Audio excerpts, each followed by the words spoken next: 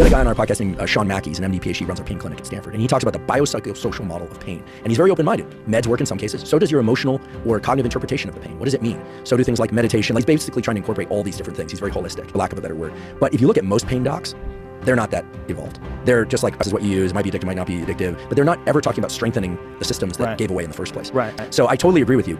There's no replacement for self-care. There's just no replacement. No pill, no potion, no injection, no nothing. So Andrew Huberman has obviously done more than dip his toes in the water.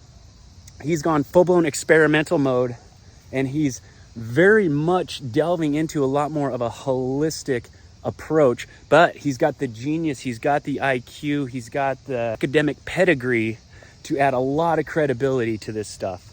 As you know, guys, science is finally catching up to truths that we've known for a long time.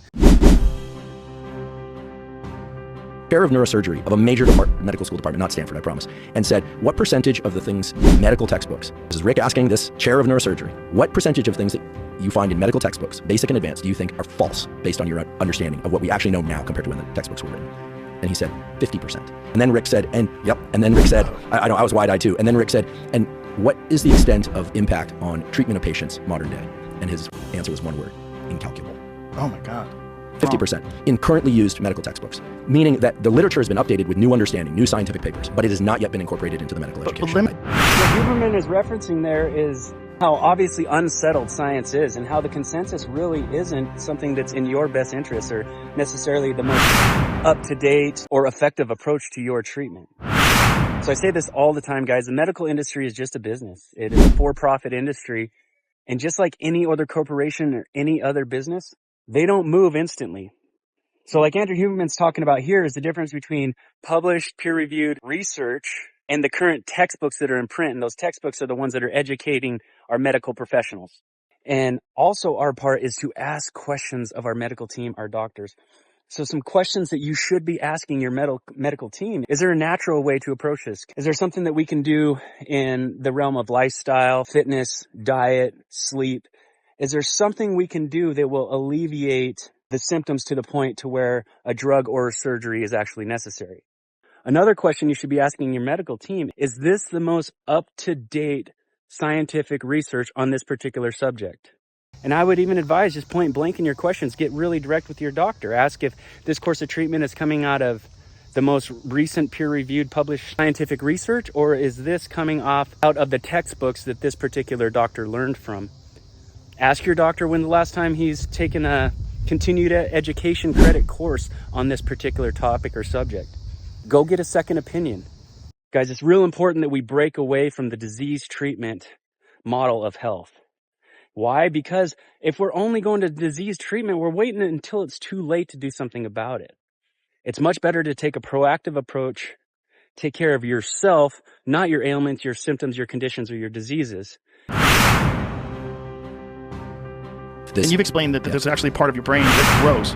So there's a brain area that most neuroscientists aren't aware of called the anterior mid-cingulate cortex. Okay, so in the know about it. It's I teach neuroanatomy, medical students at Stanford. It's an area that we cover in passing, but there are a lot of brain areas. You got to can't get to everything. But in the last couple of years, there've been studies of this area, the anterior mid-cingulate cortex, that make it super important for everybody to know about, not just neuroscientists. And here's the deal. A colleague of mine at Stanford, Joe Parvizi, he's a neurosurgeon. He's in there stimulating different brain areas, including anterior mid-cingulate cortex and areas near it, in human patients while they're awake, preparing them for neurosurgery for other reasons. Stimulates anterior mid-cingulate cortex, and what do all people who have their anterior mid-cingulate cortex report? They feel like there's something about to happen, something's kind of looming, a challenge, a storm, some will report it as a storm or a physical challenge, but their overall sensation is one that they want to lean into it, they want to challenge it. Now, this area is subsequently been imaged in people who are successful dieters, it grows larger. In people that fail at a dieting or nutrition program, it gets smaller. People that embrace a new form of exercise, and here's the key point, that they don't want to do, this area gets bigger. People that are just doing things that they enjoy doing, does not change in shape or size.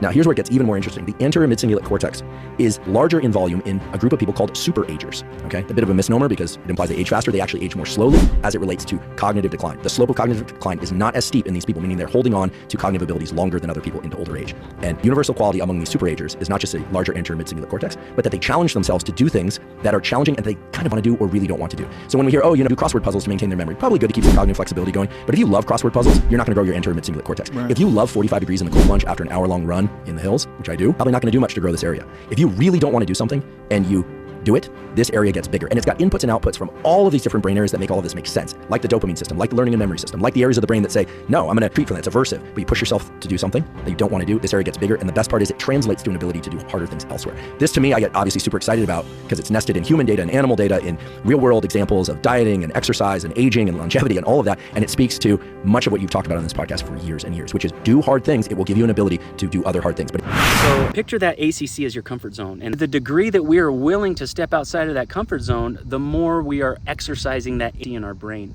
So imagine that comfort zone, from the edge of the comfort zone to the middle, there's a cord tied to you. And it's the exact length of the middle of that, from the middle of the comfort zone to the edge of that comfort zone. And so in order to step outside of our comfort zone, we got to pull away from the tension of that tether that's keeping us within our comfort zone. When we step outside the comfort zone, when we increase the tension on that tether, we're stretching the tether and we're also stretching the circumference of the comfort zone, which scientifically speaking is exactly what happens in that in the brain. And to experience new levels of development, personal development, self-improvement, we have to be comfortable being uncomfortable. I made it on resistance training 2 or 3 times a week, and mental health is striking. And that's what people get from certain SSRIs, and you're like, goodness sake, 45, 60 minutes a week, lift some heavy objects. Yeah. You feel better. And it literally has better statistical results Absolutely. than SSRIs. Absolutely. Nuts. It's not a surprise if you know what exercise actually does for you. Exercise reduces BDNF and all kinds of other feel-good elements within your body. Those are the things that become absent when we get sad. But serotonin is a satisfaction molecule. Serotonin is the reward for a job well done. The issue here is we don't have a dream. We don't have goals, big goals in life. We just go through our day. We go through the motions. We make our money. We do things on the weekend. We take our vacations. But we don't go after big dreams. And because we don't go after big dreams, we don't set plans in place. We don't set forth process goals. And when we don't set forth process goals, we don't have a lot of opportunities for wins. He would just sit with eyes closed. And I was like, all right, then we have lunch. And then he was like, what a freak. Let's just sit. And then at one point, I'm like, Rick, what are we doing? And he's like, well, when you keep your body still and your mind is really active, amazing ideas come forward. And that's when I was like, oh my goodness. Because my first guest on my podcast was a guy named Carl Deisroth. He's the world's best bioengineer. He's a psychiatrist. He raised 5 kids. He's a phenom. He'll probably win a Nobel Prize. And he told me his practice of coming up with ideas is after his kids are asleep at night, sits down and he keeps his body completely still and he forces himself to think in complete sentences, keep his mind super active. And I was like, wow. And it turns out that if you look historically, a number of scientists have talked about this, a number of creatives have talked about this. And then I don't have any studies to support this, but then I realized, what is the state of our brain or time when the brain is very active and our body is still and our mind is coming up with all sorts of ideas? It's rapid eye movement sleep. We're paralyzed during rapid eye movement sleep. We have sleep atonia. And everybody knows, based on dream studies and studies of creativity, that during rapid eye movement sleep is 2 things happen. There's a removal of some of the emotional load of previous days' experiences, right? Rapid eye movement sleep is so critical for emotion regulation afterwards and for the regulating depression and things like that. But also we come up with new configurations. And so Carl Deisroth, Einstein, there are reports of this, of him walking and then closing his eyes and stopping and describing his mind moving forward while his body was still. Very good. You're not doing meditation exercises and you actually think you have a self-improvement or self-development process or desire or dream, be overly rude or overly forward, but you cannot optimize your self-development and your self-improvement journey if you aren't making those times for introspection.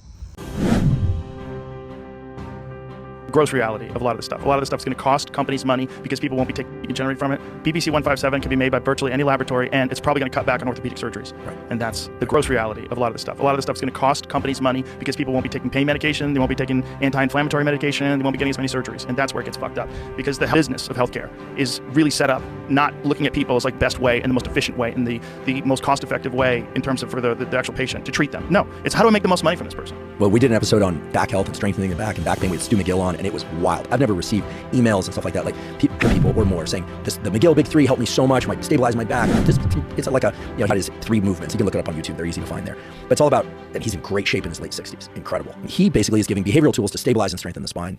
This doesn't go for particular doctors or particular practitioners or nurses or anything like that. Of course there's rogues, of course there's mavericks, of course there's people that are doing this from their heart and their soul and not from their wallet. But that's not the lion's share of them. That's not the majority of them. The majority of people you're going to run into are going to be more interested in making money off of you than giving you the very best quality treatment. The treatment that's going to be least invasive for you and is going to teach you the most about yourself in the long run and keep you out of the doctor's office and off the surgeon's table.